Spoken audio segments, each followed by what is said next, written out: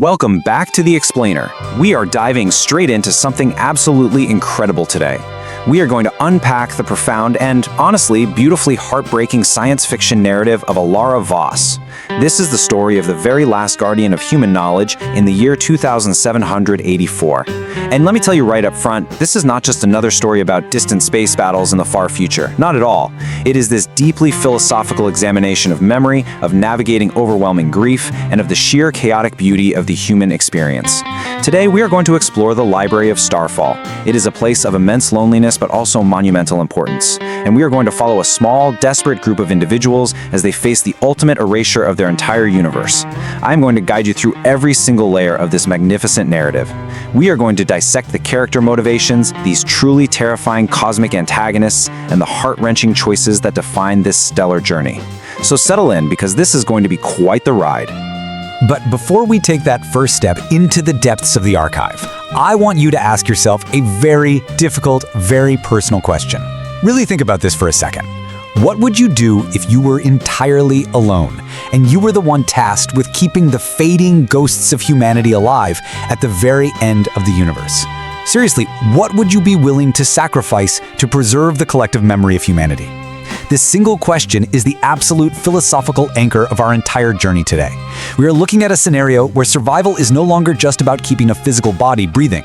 It is about ensuring that the history, the art, the music, and yes, even the terrible mistakes of billions of people do not just vanish into the dark. As we move through this explainer, I want you to keep this concept in the back of your mind. Every single action our protagonist takes is weighed against this crushing, unimaginable responsibility of being the absolute last defense against total cosmic amnesia. Okay, picture this. Picture the Library of Starfall. It is this massive repository orbiting a dying red giant star, looking almost like a lone silver moth drawn to a fading flame. It is just a stunning visual metaphor for fragility and impending doom, right? In the year 2784, this library is literally the final repository of all human knowledge. Every single book, every song, every whispered confession ever digitized or written down, it all resides right here. And this is where we meet Librarian Alara Voss. She is walking these endless glowing aisles completely alone. Her footsteps are just echoing through halls that once held millions of scholars. Now, only dust and ghost remain. Well, almost. She's accompanied by an artificial intelligence known as Archivist. An archivist is fascinating because it speaks with a voice that sounds exactly like rustling pages. But Archivist brings grim news. Another star has gone dark in the Orion Arm. The outer colonies are reporting a total collapse. As Alara interacts with a holographic shelf, she materializes a copy of The Complete Works of Marcus Aurelius. But it is not just any copy, it is heavily annotated by her long-dead wife, Lyra. It is this beautiful, painful reminder of what she has lost. When Alara asks Archivist just how many humans are actually left out there, the answer is chilling. There are less than 8 million, and they are all fleeing toward the galactic core because something terrifying is accelerating right behind them. Now, we need to talk about the precise nature of this threat, because it is exactly what makes this situation so incredibly dire. We quickly learn about the devastating force that is pushing these last humans to flee. They are called the Void Eaters. And listen, these are not your standard science fiction villains flying around in armados with laser weapons. No, they are so much worse. They are mysterious cosmic entities that consume stars, they consume entire planets, and most terrifyingly of all, they consume memory itself. Whenever the Void Eaters pass through a system, civilizations are not just destroyed in a physical sense, they are completely erased from existence. Think about that. There are no ruins left behind for future archaeologists to discover. There are no legends passed down from generation to generation. There is only utter, complete absence. And knowing this, Alara Voss made the deliberate choice to stay behind when everyone else fled. Why? Because someone had to keep the library alive until the bitter end. The stakes literally could not be higher. So, into this quiet, mournful isolation comes an absolute wrecking ball. As the red giant star is bleeding its final dying light, a new ship docks without any permission whatsoever. The pilot steps into the main atrium, and he's wearing this heavily scarred envirosuit. He is a tall, dark-haired man, and he has these eyes that look like they have seen entirely too many dead worlds. And he introduces himself with one heck of a striking declaration. He just looks at Alara and says, "I am Captain Thorn Vale, and I need to steal your library." Now, Thorn is not merely some space pirate looking for loot. He is something far more complicated and arguably worse. He is a memory runner. He and his crew of 5, which, by the way, is this ragtag group of outcasts, ex-soldiers, and a child prodigy, they actually survive by carrying fragments of dying cultures inside neural implants in their own heads. They basically sell hope to the fleeing evacuation fleets. But there's a massive problem. They are running out of time. The Void Eaters are consuming the universe way faster than Thorn and his crew can run. Thorn manages to capture Alara's attention during this incredibly tense conversation over synthetic coffee in the observation lounge. He claims that his crew has intercepted a signal. And this signal is not coming from deep space. It is coming from inside the library's own forbidden archive. Now, this is an archive that has been hermetically sealed since the very foundation of the library. Not even the artificial intelligence, Archivist, can access it. Thorn states that this signal claims to be the actual origin point of the Void Eaters, and more importantly, it supposedly holds a way to stop them. But then Thorn drops an even more impossible message. When Alara demands to know why she should trust a single word he is saying, Thorn looks at her and says it is because her wife, Lyra, sent him. He claims Lyra is somehow alive in a place the Void Eaters simply cannot reach. Naturally, Alara knows this has to be a cruel lie. She literally watched the transmission 23 years ago when the Void Eaters devoured the Epsilon Eridani system and killed Lyra. Yet there's this sheer, raw desperation and a flicker of recognition in Thorn's eyes that makes her hesitate. To complicate things even further, Archivist chimes in and warns Alara that Thorn is actually carrying a fragment of Lyra's neural pattern in his implant, but the artificial intelligence notes that it is highly incomplete and extremely dangerous. Driven by this turbulent mixture of deep desperation and just the most fragile glimmer of hope, Alara and Thorn's crew decide to descend together into the dark depths of the library. It is a terrifying journey. They have to move past these ancient security fields that actually sing out warnings to them. And the deeper they go, the architecture shifts dramatically. It stops looking like a sterile library. The walls become almost organic, literally pulsing with forgotten code. This is where we really get to see the synergy of Thorn's crew in action, and it is fascinating. You have Zara, the tough ex-soldier, keeping a careful, trained watch on their perimeter. You have the young prodigy, Miko, brilliantly working to decipher these ancient, complex quantum locks. And you have the twins, who are these incredibly silent engineers just seamlessly repairing failing systems as they go. And amidst all this danger and uncertainty, something profound happens to Alara Voss. For the very first time in decades, surrounded by this chaotic energy, she actually feels alive. They finally reach the very heart of the Forbidden Archive, and there, they discover the source of that mysterious signal. It is an object simply called the Seed. It appears as this pitch-black orb, just floating silently in zero gravity. The tension is palpable. Alara reaches out her hand, and the moment she touches the seed, she is completely overwhelmed by a massive flood of memories. And then, the seed whispers directly into her mind. It speaks with the exact, unmistakable voice of her deceased wife, Lyra, and it says 3 words: "Bring me home." But of course, there is a catch. There is a terrifying caveat to this miracle. Lyra is indeed inside the seed, but she is not alive in the traditional sense, and she is not entirely dead either. What is inside the orb is a perfect, waiting copy of her consciousness. Touching the seed does not just bring Lyra's voice, it reveals a hidden, completely horrifying history that radically changes everything Alara thought she knew about the universe. It turns out, humanity was not originally the victim in this cosmic horror story. We were the instigators. Long, long ago, the distant ancestors of humanity actually created the Void Eaters. Let that sink in. They were specifically designed as ultimate weapons to be used against an even greater, more incomprehensible threat known as the Silence.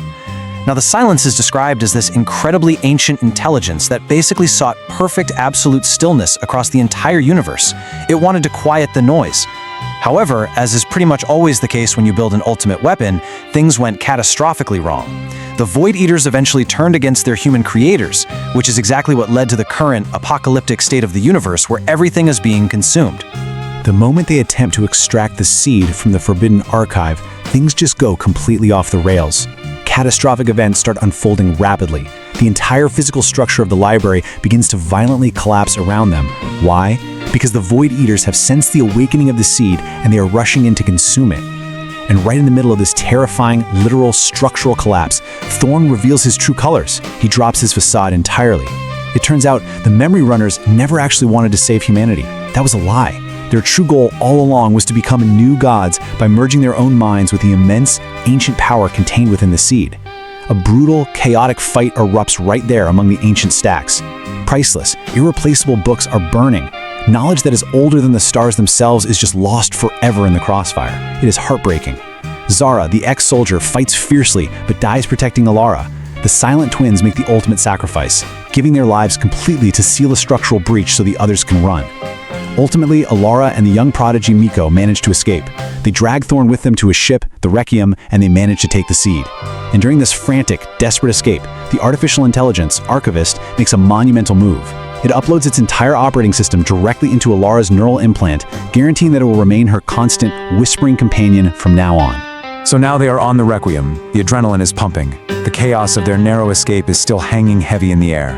And right there, Thorn delivers this absolutely crushing confession to Alara. He looks at her and admits, "Lyra did not send me. I stole her pattern from a dying archive. I needed you to open the seed. I am sorry." He completely manipulated the deepest, most painful grief of her life simply to use her as a key. He needed a librarian to unlock the seed for his own selfish pursuit of godlike power. The betrayal is just staggering. Alara pulls a weapon on him. She points it right at him, stating coldly that sorry is not even close to being enough. The tension is incredible, but she does not pull the trigger. Not yet. Her logic overrides her rage. She realizes, with bitter pragmatism, that she needs him to navigate the ship out of there, and above all else, the survival of the seed is the only thing that matters now. Fleeing at top speed toward the galactic core, the crew of the Requiem is being relentlessly pursued. And we really get to understand how terrifying the Void Eaters are here. They manifest in this truly horrifying, mind-bending way. They are literally living absences. They appear as literal holes torn into the fabric of reality itself. Meanwhile, inside the ship, things are getting complicated. Inside the seed, the copy of Lyra begins to awaken more fully. She starts speaking to Alara in her dreams. Lyra offers warnings about Thorn's true nature. She shares beautiful, tragic love letters from their lost life together, but she also reveals a terrible truth. Miko, the brilliant young prodigy, crunching the data, discovers the horrifying ultimate cost of survival. It turns out the only way to actually stop the Void Eaters is to feed them something with a gravitational pull greater than the stars. They must be fed the complete, collective memory of humanity. And where is that memory? It is the library itself, which is now residing entirely inside Alara's head and the seed. But doing this would entirely erase every single human who ever lived from the history of the universe. It would wipe the slate clean. It would result in a universe totally devoid of humanity's story. It would result in perfect silence. As you can imagine, being trapped aboard a small ship with that kind of existential revelation causes some major friction. Ideologies violently clash, totally fracturing the already fragile alliances of the surviving crew. We are presented with a stark, fascinating contrast in motivations here. On one side, you have Thorn Vale.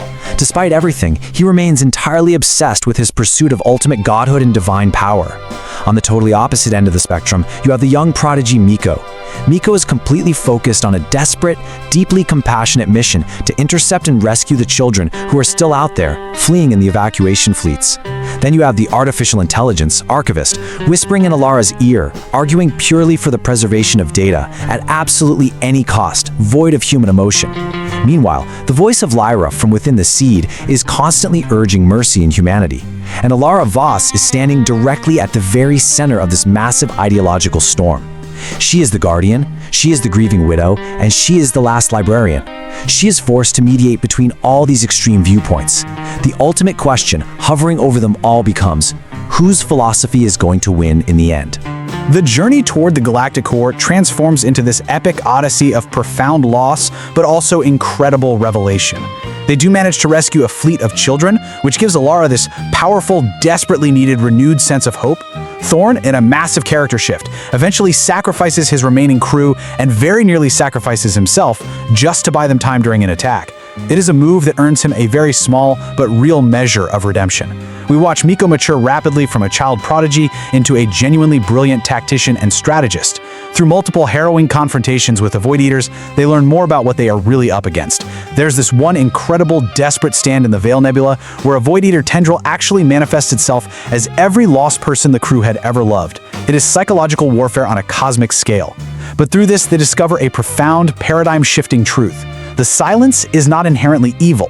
It is not malicious. It is simply a vast, ancient mind that had grown profoundly tired of the noise, the chaos, and the messiness of the universe.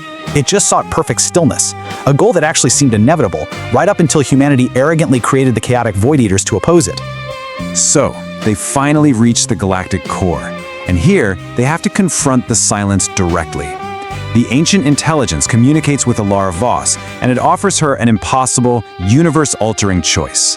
On one side of the scale, she can choose to become its sole librarian. She would exist peacefully, untouched, in a universe of perfect, erased silence and absolute stillness. No more pain, no more loss, just quiet. On the other side, she can choose to sacrifice absolutely everything she has in order to give humanity one final, incredibly loud act of defiance. It really boils down to a choice between a peaceful, painless erasure or embracing a chaotic, messy, but complete collective memory of humanity. And what makes this moment so unbelievably powerful is that Alara is not just deciding for herself. She literally holds the sum of all human existence, every memory, every thought, right there in her mind. Alara makes her ultimate choice, and she chooses defiance.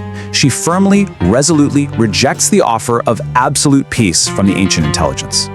But she also does not just feed the library to the Void Eaters to satisfy them, as Miko originally suggested.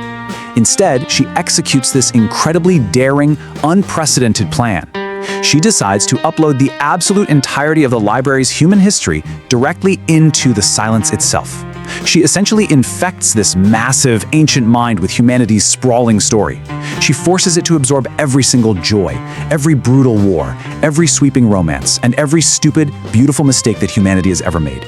She takes a mind that desired only perfect stillness and forces it to experience the overwhelming, deafening, chaotic volume of human existence all at once. The result of this action is completely staggering.